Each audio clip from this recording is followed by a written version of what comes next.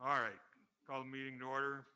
Meeting notice been in Evans Print and Media Group, WCOW Radio, Magnum Radio, La Crosse Tribune, Sparta City Hall, Sparta Library. Are there any changes to the agenda?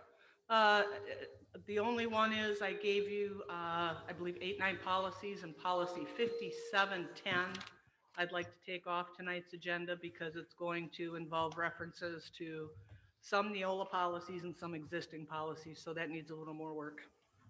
That's, what number is that again? 710. 5710? Yep. Okay. I'll make a motion we adopt the agenda as presented. So moved. Motion made and seconded. All those in favor say aye. Aye. Opposed? Okay. Do we have any public input? No public input? Okay. Before we, in reference to the public input, there's been issues put in the paper about us not allowing public input. And basically, looking back and researching, we only had 2 meetings, and that was around time when we had disputes going on. I want to make it perfectly clear that our meetings are open to the public, and we go ahead and want them to give their concerns. I don't want people to have missed messages about the board not having public input. That is totally wrong, and I just wanted to bring that out, make it point of the records and the notes. All right, having said that, we're going to go with the ESSER report. Dr. Van Duren. This will be very short. Essentially, there are 2 pieces to this thing that we want to get that public input on. One is the safe return to in-person plan, and the other is the district needs analysis. We have had 2 committee meetings. The plan is being drafted. I will know by the end of this week when we will schedule at least 1 meeting for that input. I've seen a lot of districts, and I like this, are also using a survey comment tool for some public input, so we will use a combination of those 2 tools.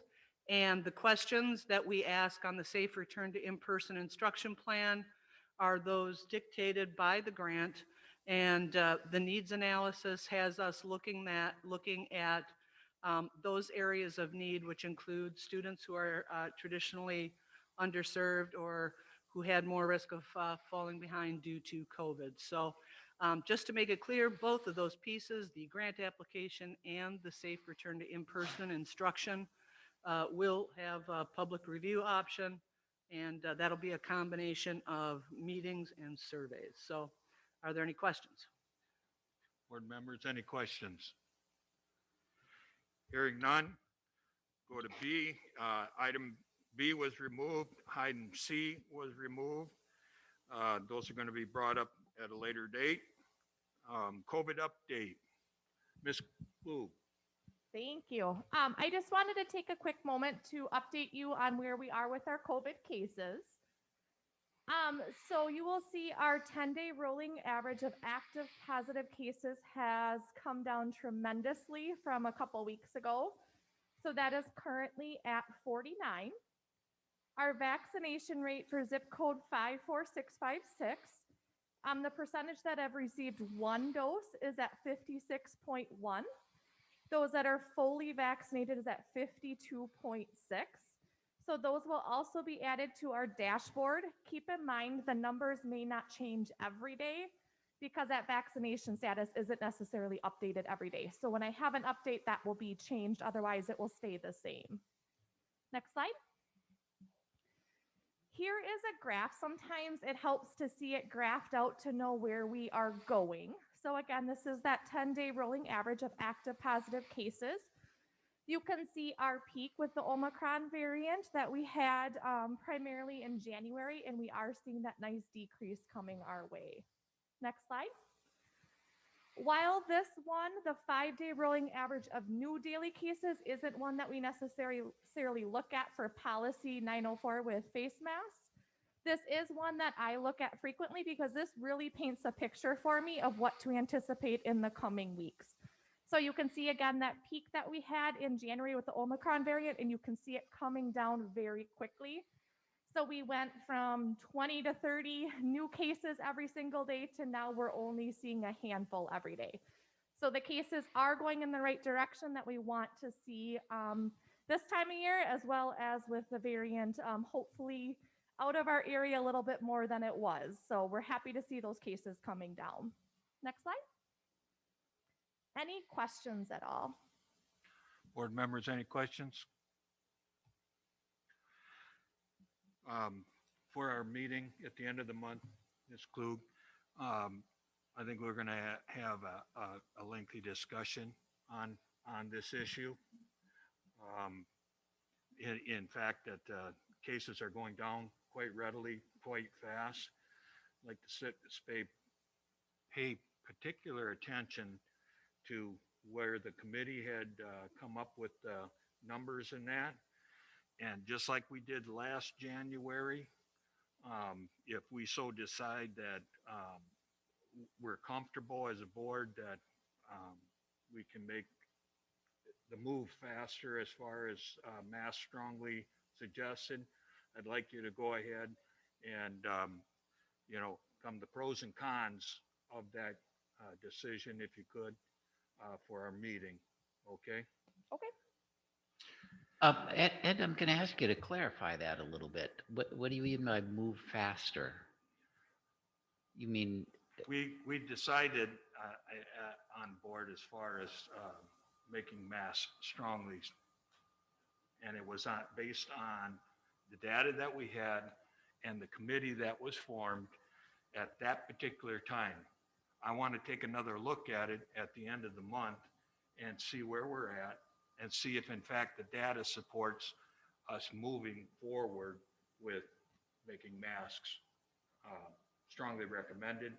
And if so, what is the downside of it based on the data at the end of the month?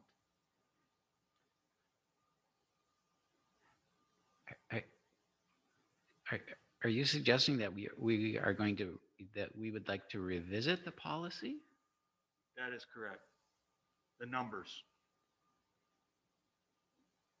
Well, discussed I'll be for honest with you, Ed. I will oppose that. I see no reason to reopen that policy at this point. It's a discussion point Okay. to stay on top of this COVID. That's what we have asked Ms. Klug to be on top of that.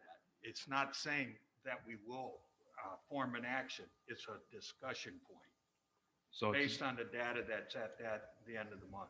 so just for clarification, it's just a discussion only item? Right. Okay. That's right.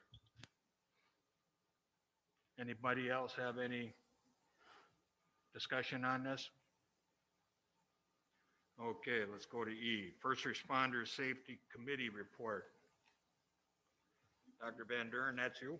Yeah, so we got the First Responders Committee together this past week, and what was really awesome, we had Monroe County Emergency Response, Jared Tessman, we had parochial schools, we had Monroe County Health, in addition to our police, fire, ambulance, and our administrators. It was a great crowd to talk about our first response, our crisis plans, and make sure that we're where we need to be. So next slide. So big picture, we were talking about crawl, walk, run, and the general consensus is we've got the basics. We're ready to make the move to walk, run with some urgency. And so it's going to be the next 3 to 5 months is about making sure that we have all of our basics locked in absolutely solidly. And we are still moving forward with a plan to work our way to a larger scale exercise in cooperation with our Monroe County and Sparta first responders. Next slide, please. So tangible action. is, and I'm sorry, I'm having a hard time seeing that, and my iPad went out. So thank you. We reviewed the evacuation plan. We talked about using Skyward as a tool. We do a lot of professional learning with Skyward at the beginning of the school year, and we want to upload some modules to make sure that everybody is aware of everything for all of our plans, including bringing the cell phone and the first aid kit and all of the little pieces that go with it. It's not just about walking out of a building, right? And then to also review all of the tools in our toolkit and look at the ones we may not have used for a while. And before we start reinventing things, we have a lot of good resources that we've developed in the last 5 years. We would like to have our medical response teams in each building drill their procedures and also drill with an outside observer, Monroe County or Sparta Ambulance, so we get that coordination going. And we want to make sure that we've had some turnover in personnel in various places with different first responder teams, and we want to make sure everybody has all of their updated information. Next slide. And then moving forward, Ms. Wilcox and I are going to attend public information officer training. Any new tips and tricks that we can get are always good. And our Monroe County Emergency Management individual said it was an excellent training. Tabletop exercises, we are going to do the first one Tuesday, June 14th with a slightly smaller group to pilot it in the Sparta Police Department training room. We'll do an after action, we'll revise, and then we'll do it for all staff at the fall in service. And we are still working toward that larger scale reunification exercise. So a lot of pieces have to fall into place. There's an action plan with steps for different stakeholders in the meeting, and we'll report out on progress and continue to plan forward. And this group has made a commitment to setting dates and taking action. So excited to get them back together again and to move forward. Any questions from the board? Just a quick comment here, Ed. One big thing I wanted to make sure from a community and parent standpoint, it was really reassuring to see that we were not in the crawl aspect of this for very long. Our district is moving and strong when it comes to how our first responders are set up to respond in that event. So it is nice to see us get to that walk and I'd say sooner than later get to the run aspect of this on doing that full scale exercise. So just very reassuring. Thank you, Tony. Any other comments? Pardon my ignorance, but what is a larger scale reunification exercise? That is where we actually evacuate to the reunification site.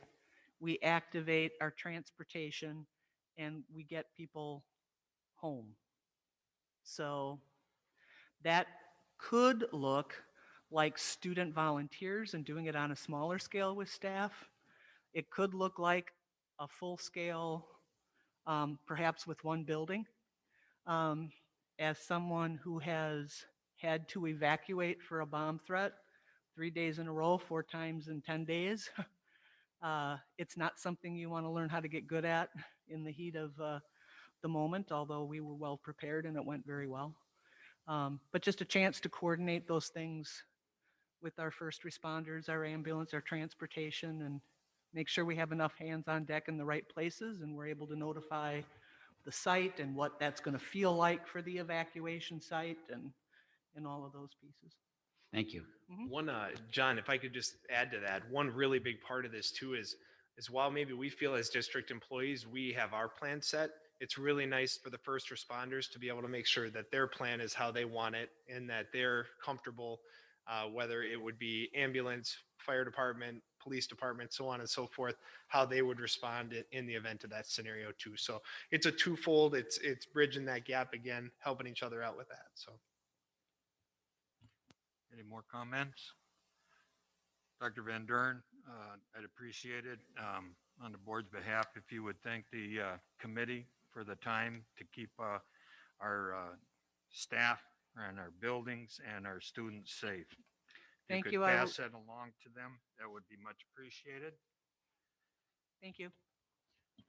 Next item, stewardship finance, discussion and possible recommendation to form a temporary board committee for budget reductions and forward direction. Who wants to handle that? I can take it. Okay, Dr. Van Duren. All right. So essentially, we have decided that regardless of whether or not the referendum passes, we're going to make $700,000 worth of reductions. That will mostly be driven by class sizes, enrollments, internal factors, where it's going to be really, it's always important to have the public input, but we'd really like to focus this committee on the potential areas for a larger reduction, because that's going to, of necessity, potentially it's going to hit somebody somewhere hard. So next slide. So we'll review the demographics, the needs of the population we serve. We'll look at our school programs, our technology, our buildings. We'll look at student staffing ratios. We'll review kind of where we are. And next slide. And at that time, we'll have some initial recommendations. We've had some preliminary discussions. We're having more discussions with administrators in the coming weeks, and making some initial recommendations. But this is one of those that affects everyone, so it's important that that we have that larger voice. So what we're proposing is to have 2 to 3 board members, superintendent and directors, 2 to 3 principals, different levels, 2 to 3 certified staff, 2 to 3 classified staff, 2 to 3 parents, and 2 to 3 community members, so that we have a well-represented committee to start with those discussions. And being a board-approved committee, one of the reasons I want to do it this way is because when this committee meets to talk, it will be publicly noticed and the public can come and watch the proceedings. So we're not doing this behind closed doors. We'll tell you what we've come up with as our recommendations. We'll be happy to take the committee's recommendations. And if we can't get to consensus, we'll take a vote and we'll bring you the results. So if you should have to make these very difficult decisions, you will have information to do so. Are there any questions? Colin? Yeah, I just wanted to suggest that we include students in that process. I didn't Thank see you. them listed there, so Yep. making sure that's a priority. Yep, and we Any will do other- that. Any other comments? James? First off, it was my understanding in previous meetings that the 2.1 million referendum was to keep things operating the way they are. Correct? How did we get to 2.8? I mean, start over. The $2.1 million referendum was to keep things the way they are. I don't understand reductions then. What was added on that we didn't know about to get to 2.8? James, the original amount was Always always been 2.8. projected deficit of 2.8. When we talked about what the board would support in a referendum, we agreed that 2.1 is all we could hope for, and then the district would have to come up with $700,000 in additional cuts to combine those two to get to the 2.8 million. Okay, I don't remember that part of the conversation, but all I remembered was 2.1 was to keep things running the way they were, the way they are now. And I see Liam nodding her head. So I've got that out of the way. The makeup of this committee reminds me of the makeup of the masking committee. I see this as, I got problems with it. First off, it looks like we've got possibility of well over half of the people on this committee are employees of the district. And to come back with numbers that would include wages, salaries, and benefits, to me would be getting into the realm of negotiations. Another thing that concerns me is when we were on the masking issue, we had a board member make a comment that why have these committees if they're going to go through all this work and then we don't approve what they come up with. And this committee is not the decision-making arm of this board. And I will remind the board members that you can turn down anything that comes before this board, but don't feel like you're obligated to accept what they come back with. So anyways, with the makeup of the committee, I think needs to be looked at again.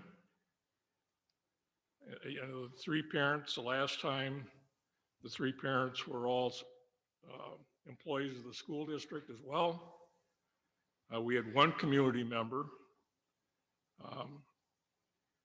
but this needs to be rebalanced.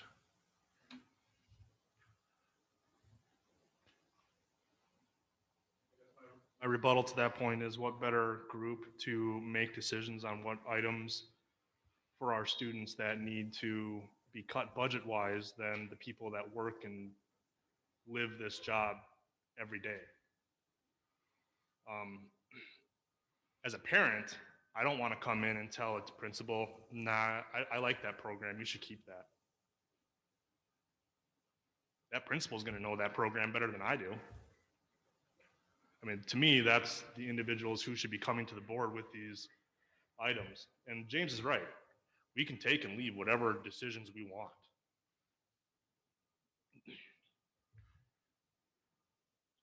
Thank you, Josh. Any other comments? I have a comment. Go Who ahead, is going to pick the members of this committee? Are they going to be recommended by the board? Or are they going to be recommended by teachers? I want to make sure that if we're asking for 3 parents and 3 community members, who gets to pick them? This is not a political committee. If the board would prefer that we not involve other people, we can certainly do that. This is an attempt to make the process more transparent. Mm-hmm. This is about taking the expertise, the people that use and do this stuff, and make their best recommendations for where to reduce 2.1 million. And honestly, I would prefer if they would come up with even a little bit more so that the board has things to discuss and choice. I don't want to be the one, this is our community and it's our school district. So if this is going to become political, then I would recommend we not do it. But that's up to the board. This is a recommendation, and it was our thought in making a transparent process. So you tell me what the direction is. I think it's a fabulous idea. I just want to make sure that some of us on the board, or all of us, or who decides who sits on this committee is fair. I'm not expecting it to be political in any way, shape, or form. Just that if we have people that want to be on this, that they come forward and they're giving that opportunity to sit on this committee if they so choose. If that's the way you're going to do it. I mean, I'm just asking how the plan, what is the plan for picking the If people? board members would like to give me recommendations, I'm more than open to that. I think, Tony, you had a comment to Oh, make? yeah, so I was just going to agree with James and Josh on this. I think it's really important to have that staff there, but I think it's a good idea to have parents and community members, not, you know, we did have a community member that was also a parent. So, I mean, on the other committee, so, you know, we have 2 to 3 parents and we have 2 to 3 community members, not somebody that's making up for both of those. So, you know, I think that will help even the board out. I'm sorry, even the committee out. It'll increase the size a little bit, but I think we have to have our staff in there. I mean, that's really important because they are the ones that know what programs are working, which ones need to be revamped, or which ones we may have to reduce in the event that the referendum doesn't go through as well. So again, I'm in agreement for both. Any other comments? I would suggest that since it is a board committee, that Dr. Van Duren and Mr. Leiden get together and make the final selection of the committee members. I would also suggest that perhaps to reduce the number on the committee, that there could be a district-wide survey given to staff members, both certified and classified, asking for their suggestions, and that would be a good way to get good representation from those folks without having to have a lot of them on the committee. Because as I look at this, the numbers don't work. If the recommended committee size is 12 to 16, even if you go with the minimum number of each, I think you're still over 16. Or am I right? 6, 8. Well, you're at 16, even with the minimum number. So there's no way, given the distribution, that you're going to get to the recommended size of 12. So anyway, that's my suggestion. Dr. Van Duren, a couple of things. Why couldn't this be a workshop with the public? Why? I understand what James is saying and Josh is saying. We already went through this with comments coming on the phone to me about stacked deck and everything like that. If the goal and objective is to go ahead and get community information on what it is, my recommendation is you know, the principals, the certified staff, the people that are in where the rubber hits the road, because we can't talk about people, we have to talk about positions. That gets into another whole bailiwick. I would suggest that you and the senior staff go and get some options for us, and then that could be the impotence to go ahead and have the committee discuss it. Not to psych them on out, but you don't take your car to a dentist to get it fixed, you know? So I think that, you know, the committee's fine if the goal and objective is get public input on it. Why couldn't we just do a public workshop on it and get the views of the public, and then the board can decide what route we want to go. Just to be clear, with the committee, that was the plan. We wouldn't just, what do you guys want to cut? We would come with some suggestions. Okay. If you would rather do that, in fact, next slide, please. I think those are the meeting dates. Yeah. So if you would like, we could make those 3 meeting dates board workshops and public input, and we could do it that way too. And then we take the whole board with us the whole way, and we'll take the lead on it, and public can. I think that's going to be as transparent as we can get with the input and everything. Tony, you have a comment? Yeah, the only concern I have about that is, so we do a board workshop, we have community input. Normally, we only allow community input for 2 minutes in the beginning of the meeting, but then they're really not allowed to say a whole lot after that. And I think the nice thing about the committee is it allows for discussion. And so I do think that's really important. You know, a lot of these committee or community members are going to have more than 2 minutes worth of information to say or convey. And so that's the only concern I have about just allowing a community input.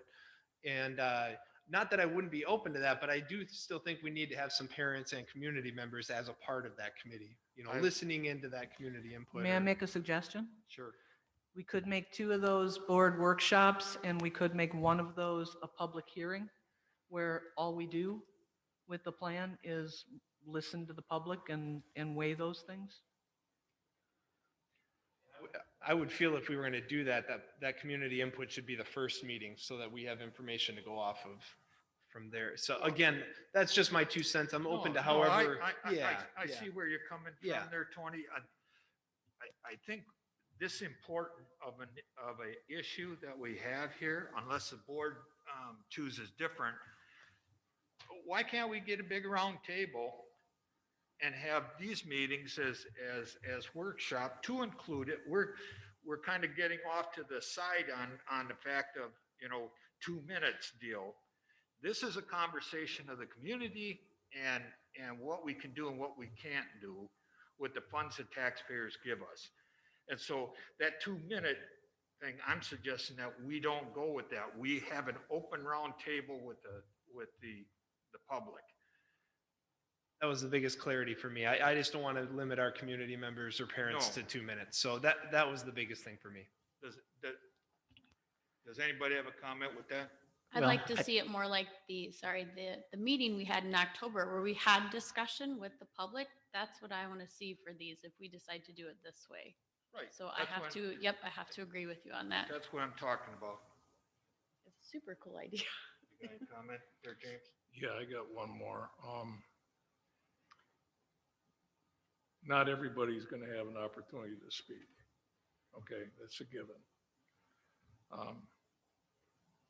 However, if we're going to have a committee where the majority of the people are employees of the school district, and then we put out a survey to the staff to find out what they think, but we don't include the parents or the taxpayers, then you do have a political situation.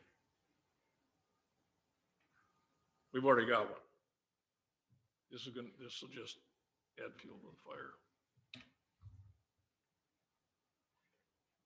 You got anything, John? Well, I would go back to the original idea. I like the idea of allowing community members to actually not just provide input, but have a seat at the table. And to address Jim's valid concern, I would suggest that the committee be reorganized so that there's a majority of board and community members, because I think the board is a community member.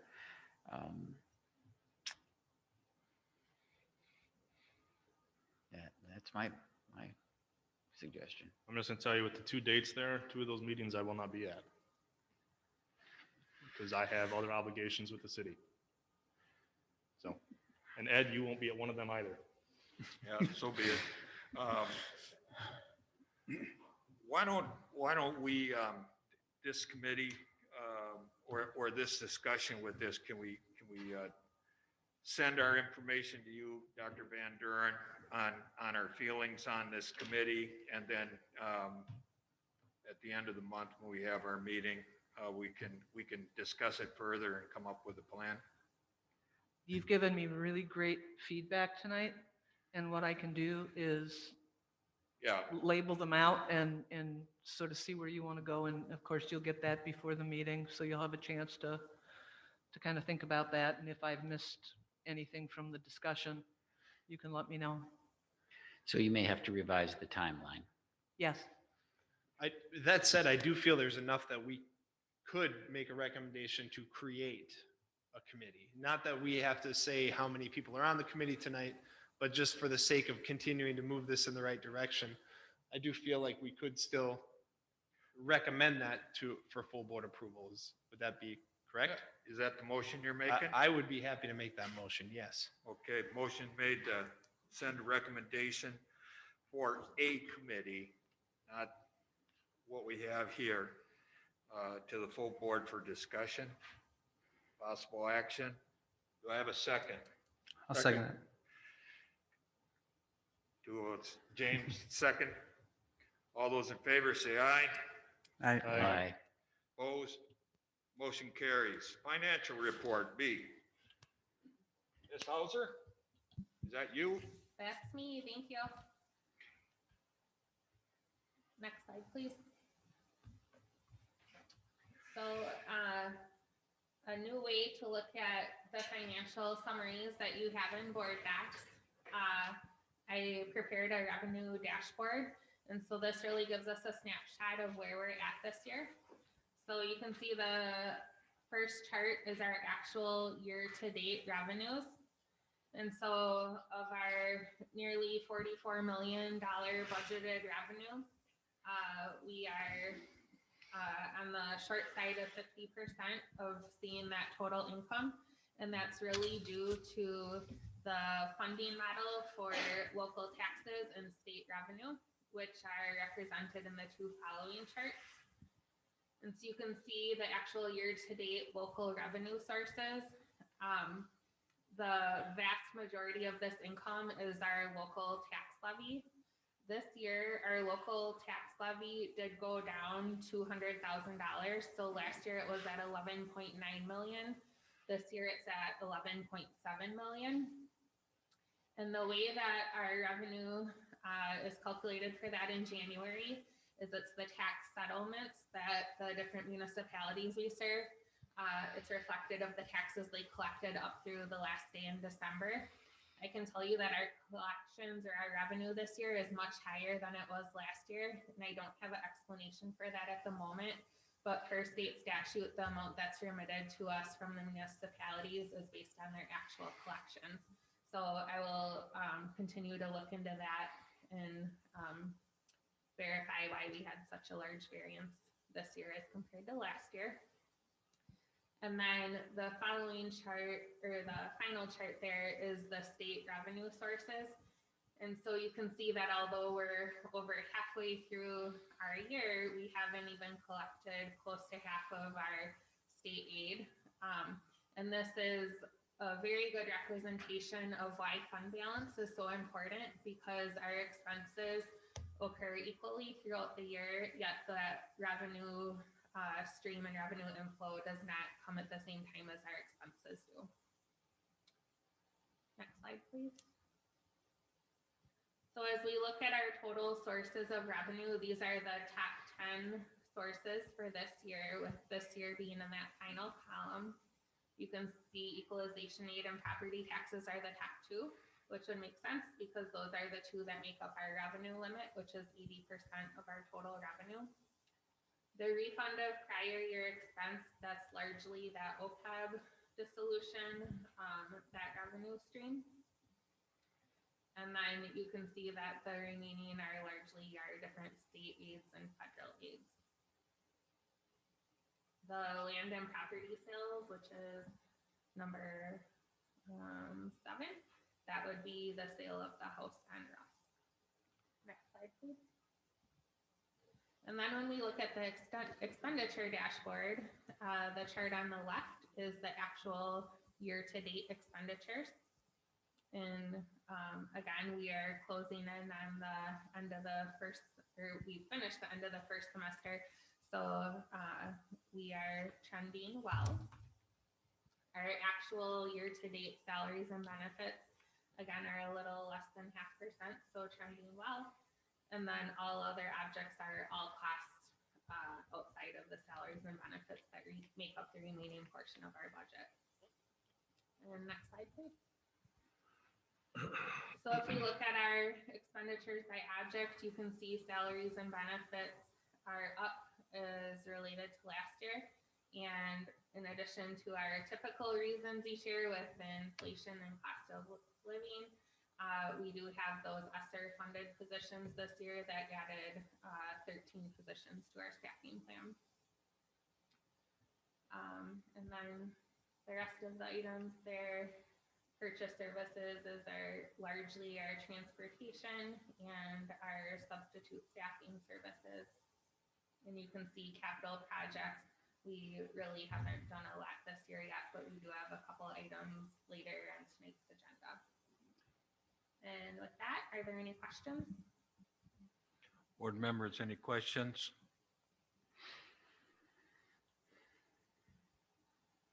Thank you.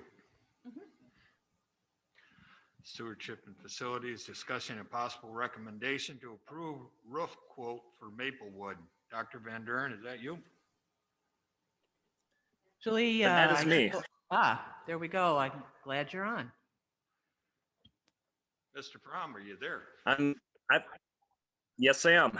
The first item I have is the Maplewood roof. The current shingled roof is past its lifespan and is now currently out of warranty. We did not have the funds to complete the roofing, replacing the shingled roof during the renovations. So I am bringing it to you now. Next slide. I've solicited quotes. I only had one that came in before this meeting tonight, and that was Winona Heat and Vent at $148,120. I will have the other bids or quotes before the next full board meeting. Next slide. Winona Heat and Vent is vetted. I'm comfortable with their number. So what I'm asking is not to exceed 150,000 to replace the roof at Maplewood, and it was on our long range plan for this school year. So, Mr. Fromm, that 150 was the budget amount for the roof, correct? Correct. Thank you. Mr. Fromm, how many weeks did we allow for quotes to come in if we only got one? I solicited more. It's just a matter of this time of year, and there was snow on the roof, and we had cold temperatures. But I was assured the other quotes will be in probably. I asked for before February 17th, so that it gets to you long before the board meeting, the next board meeting. Okay. But I'm confident I'll have the other quotes.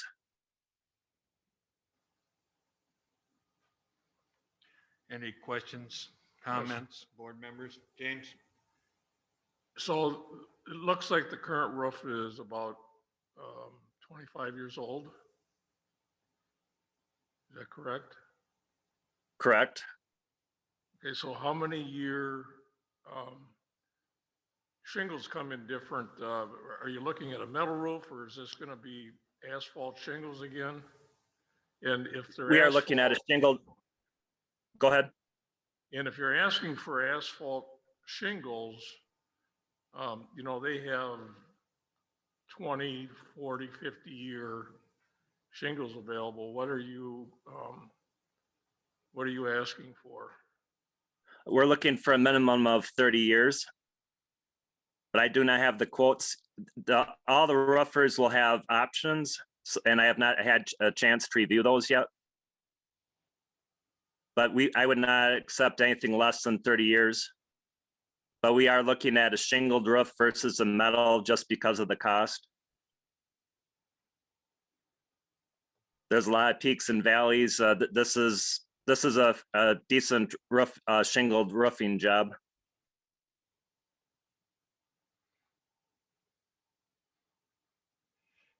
Any other questions, comments?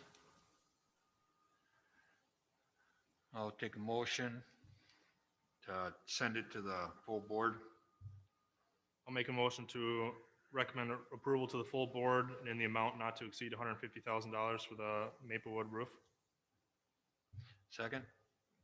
I'll second that.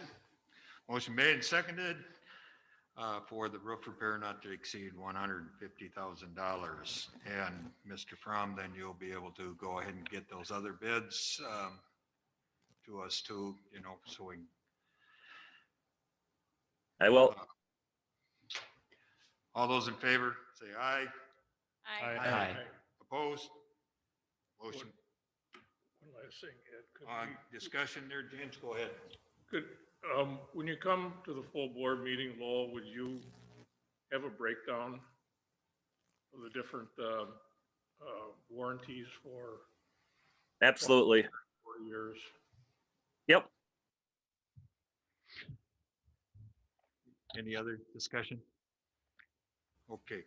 Mr. Lukasik, before we go on, just to clarify for me, did we need a motion to recommend approval of the financial report to go on the consent agenda? That was. No, we don't need. It was just a report discussion. Information only. Okay, thank you. Thanks for bringing that up. John. Discussion and possible recommendation to approve allocating $50,000 of the Herrman Construction referendum money to a snowplow truck. Next slide. Currently, I was reviewing, this is ours typically during the snow event that different maintenance and custodial people have. But my concern with the addition of Herrman, that was 325,500 square feet. I have 2 employees that are working up to 16 hours straight per snow event, and I'm not okay with that. That's too much time. I would like to divide that by a third person, but we do not currently have a third plow truck. So I am looking to get a third plow truck as this agenda item. Next slide.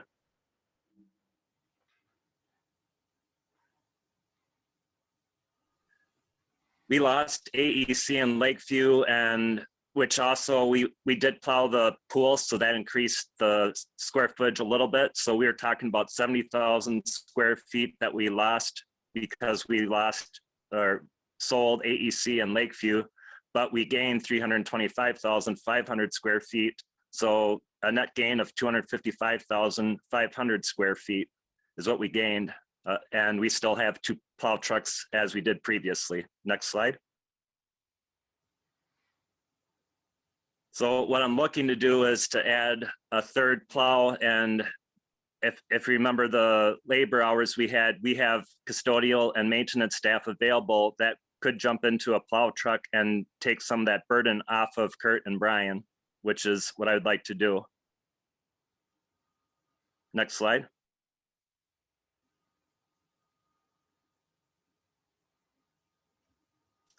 And the plow truck could be used by our grounds crew outside of winter. It would not just be a plow truck. We have other uses for that during the school year. Next slide.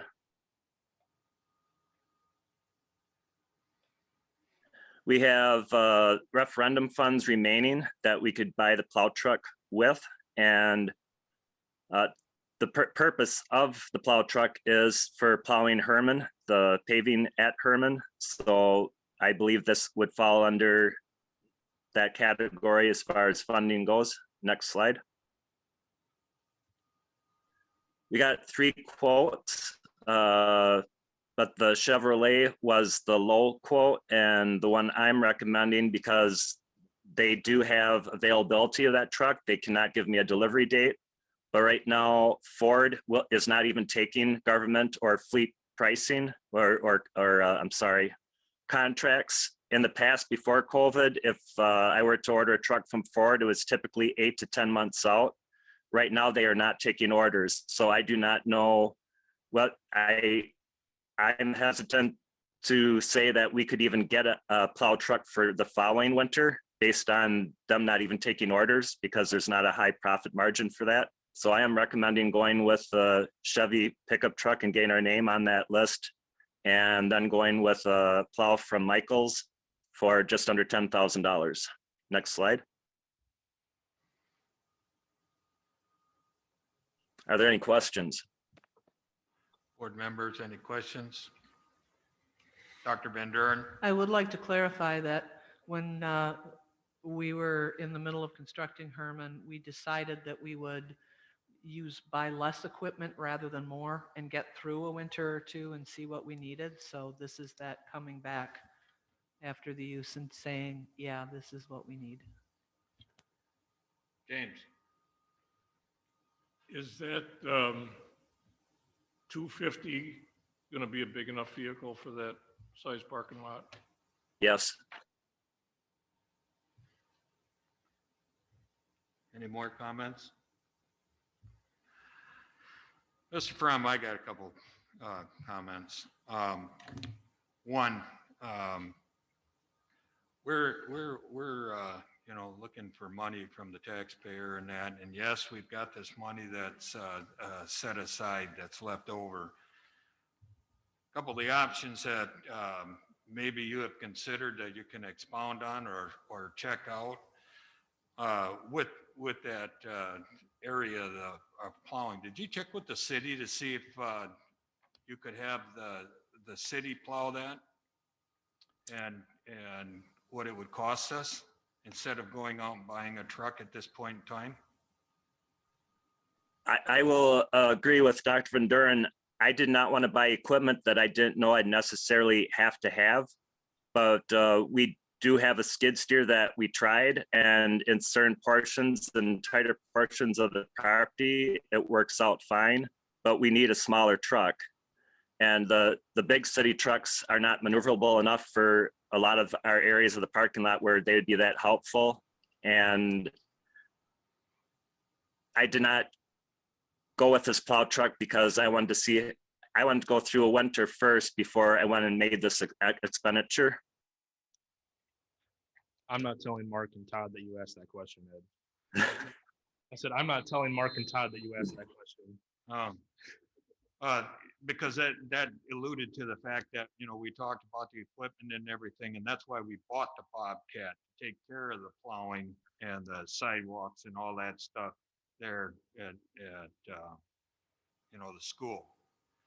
And now the Bobcat's not big enough or usable to complete the job. Is that correct?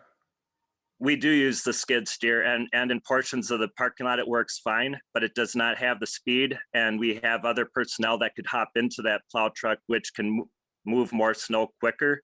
Yes, the Bobcat is useful. We use it on the sidewalks and portions of the parking lot, but when it snows, there's a timeliness to gain the snow cleared, and we really, really need another truck. Before we even built Herrman, we were struggling to keep up with the 2 plow trucks, and this just confirmed that we absolutely need a third. The last question I got is, do we got a place in that storage shed to put a new truck? We do not currently have space in there. So you're gonna leave that truck sit outside? No, we have room down at the shop. And that's where our maintenance people are based out of, so they can hop in the plow truck from the shop where they start work and then head over to Herrman.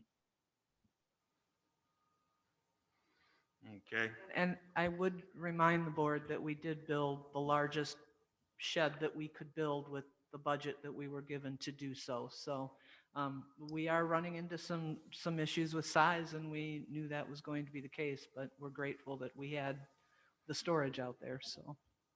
Right. There's no doubt about protecting our equipment in there. So it's just the comments that was running back and forth with pieces of equipment and loading them and so on and so forth.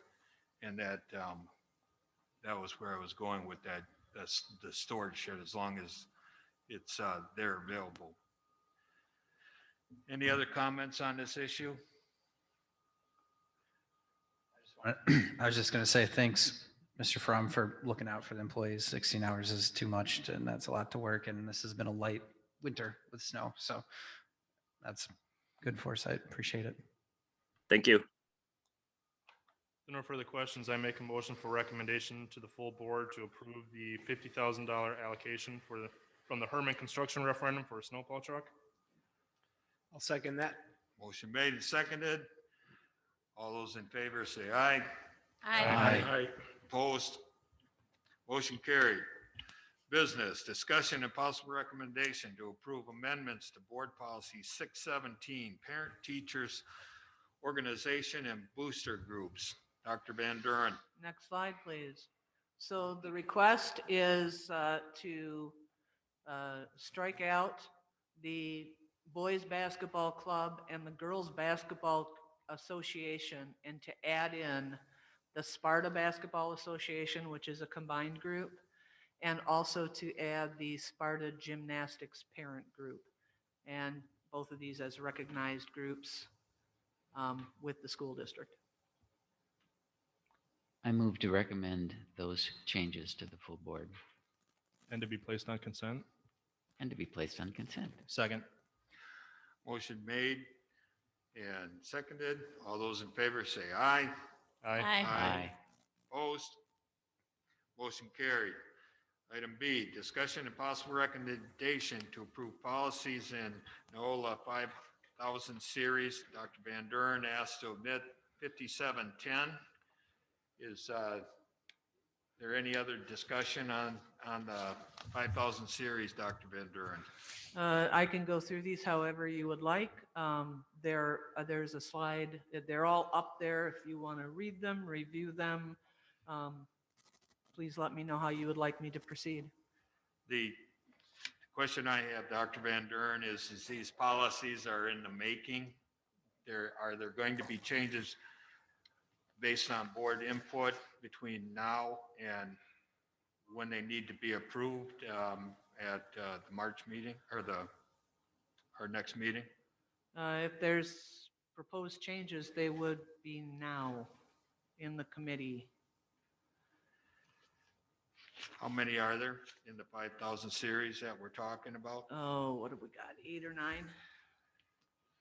Can you, I know that your iPad's not working there. Can you just give us an overview on some of the changes of the 9 or 10 policies? These are all new policies with Neola. So next slide, please. The first one, 5520, these are general policies.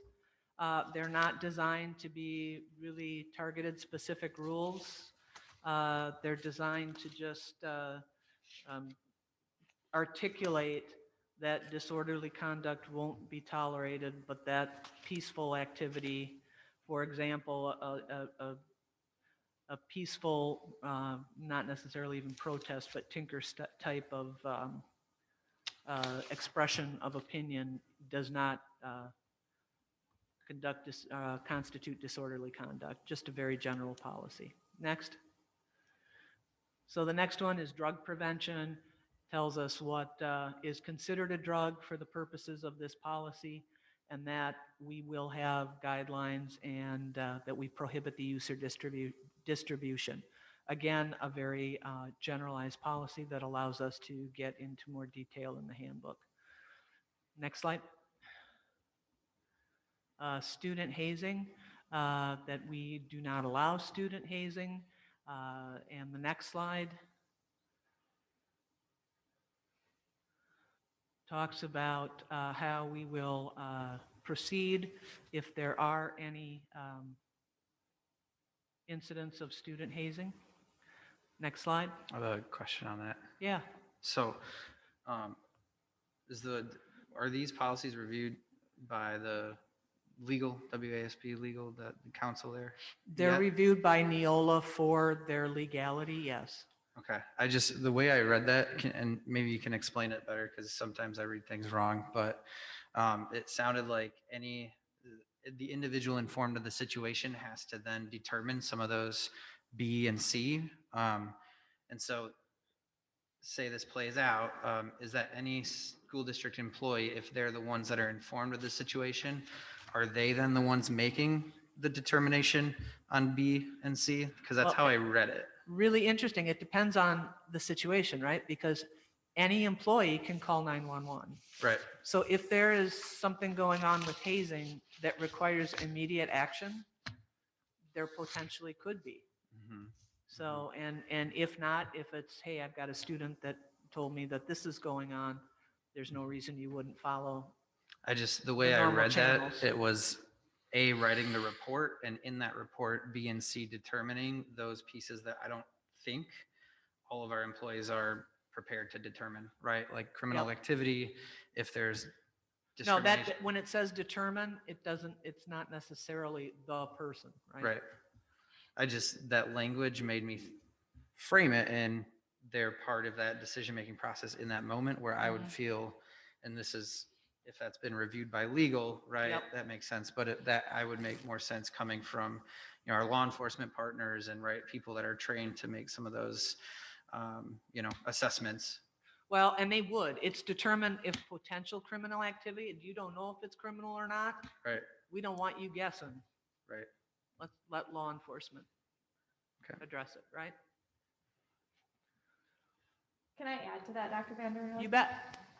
So with that, essentially what it is, as Dr. Van Duren said, everybody has the right in the district to call 911 if there's an emergency.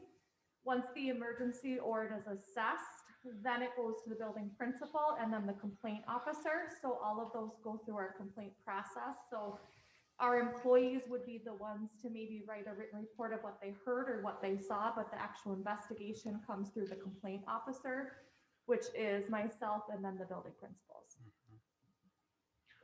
Could I make a recommendation to the board here? These policies are new policies, Dr. Van Duren, and that I don't know as if the board has fully understood the technicalities of the policies and digested them.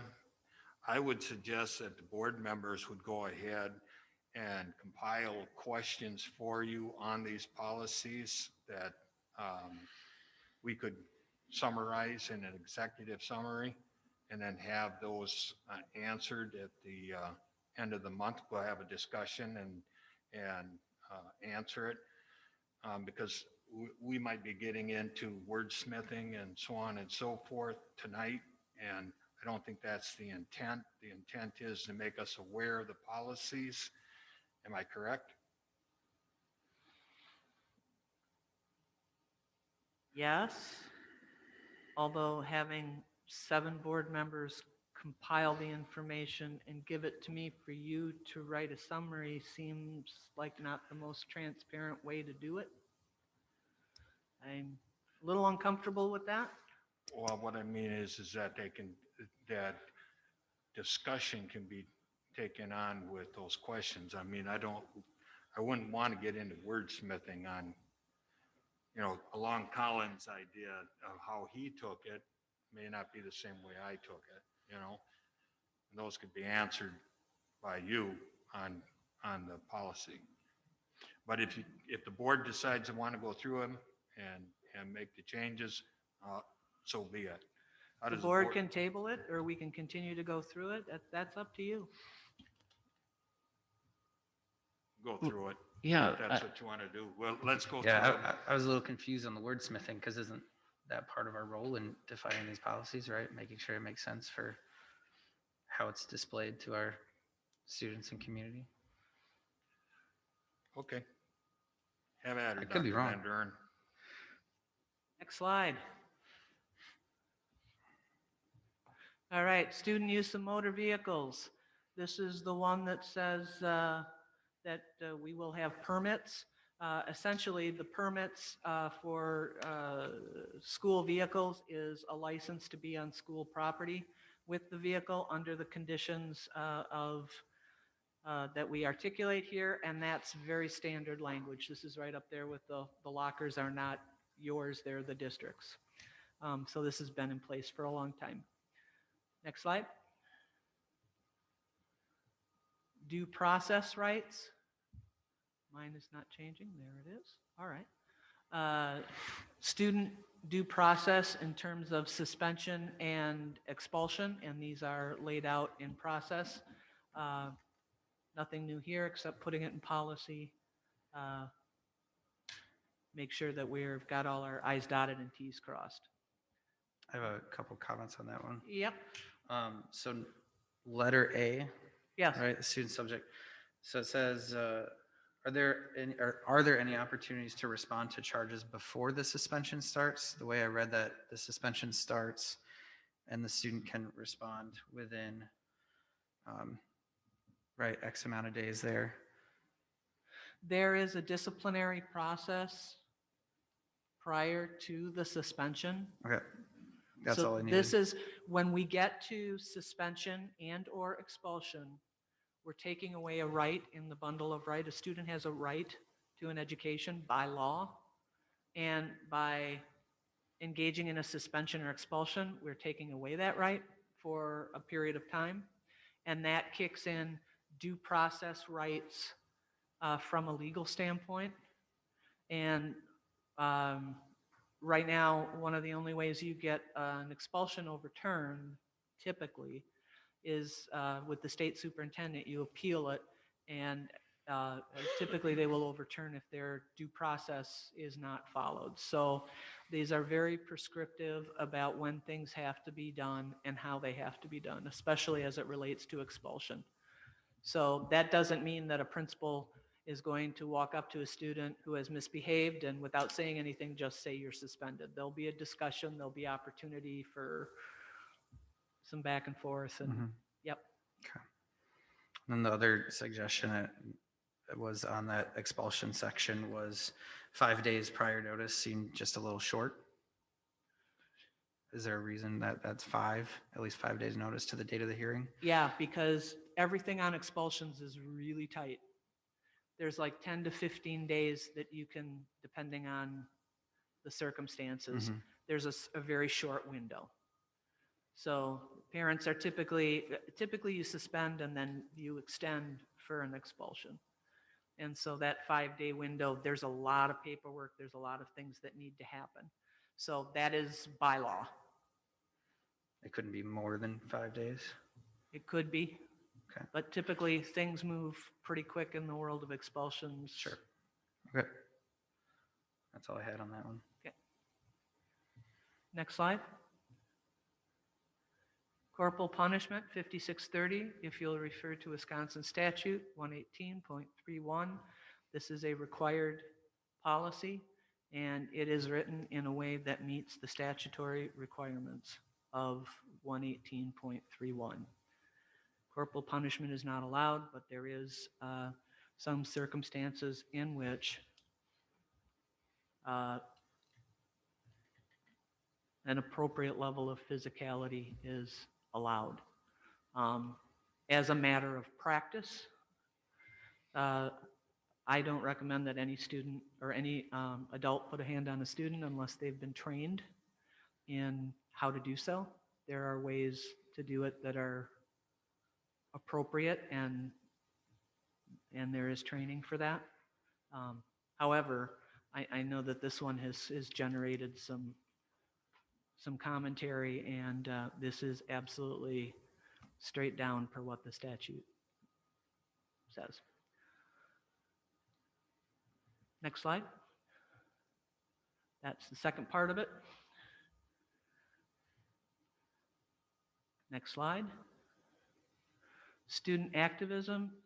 This essentially says that students may express their opinions in a healthy and safe manner in accordance with our policies and the law, and another freedom of speech statute. So that's, I believe that's it. Next slide. Yep.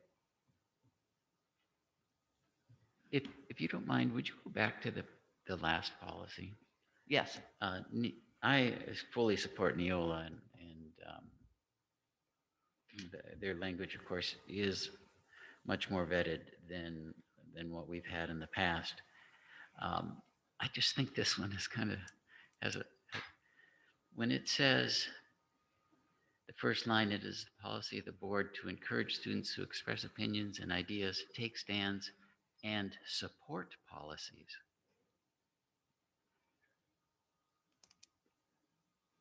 Do we not also encourage students to question, think critically of policies? Do we only encourage students to support policies? To me, that seems kind of weird. This whole policy seemed a little weird to me because it seems a little redundant with what we had earlier Yeah, in terms of like disorderly conduct, freedom of expression. Tinker is one of the most well-established line of cases in school law. I won't certainly vote against it, but I would certainly like to see a policy that we encourage students to question and to think critically of things, not just to support policies as they're written. Every once in a while, they put one in there that they've used in another school district. So I will have a conversation with them and run it by our legal. Thank and you. Make a suggestion. Thank you. Any more comments, questions? I would make a recommendation that these policies go to the full board, not in consent. Motion made. Do I hear a second? Second. Motion made, seconded to go to full board, not on consent by itself. All those in favor say aye. I Opposed? Motion carried. To adjourn? so moved. Motion made, seconded. All those in favor say aye. Aye. Opposed? Motion? Good.